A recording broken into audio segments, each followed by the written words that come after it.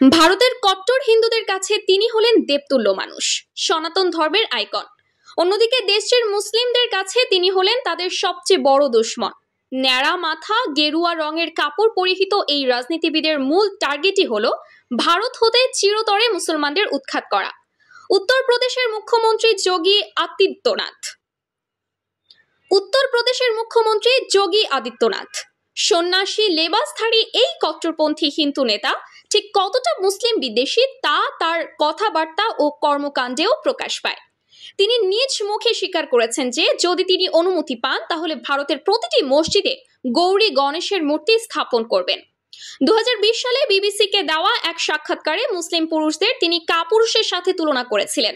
যোগী আদিত্যনাথের মতে ভারতীয় মুসলিমরা তাদের দেশের কোনো কাজেই আসে না।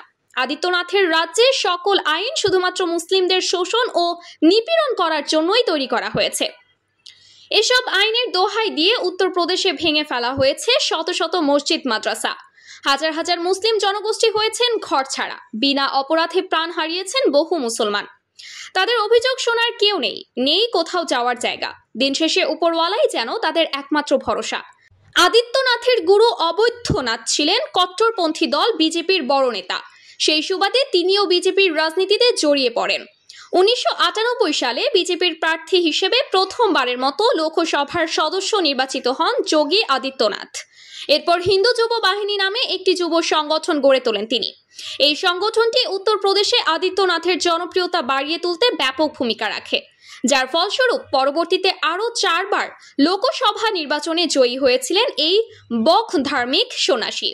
সেই সাথে উগ্র হিন্দুত্ববাদ ও মুসলিম বিদ্বেষের বুলি আউড়িয়ে সহজেই বিজেপির ওপরের সারিতে উঠে আসেন এই উগ্রবাদী নেতা।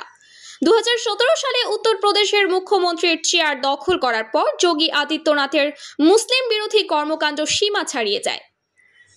অন্ধভক্ত ও কট্টর হিন্দুদের কাছে তিনি হয়ে ওঠেন রোল মডেল। কেউ কেউ তো তাকে ভারতের পরবর্তী প্রধানমন্ত্রী হিসেবেও বিবেচনা করছেন।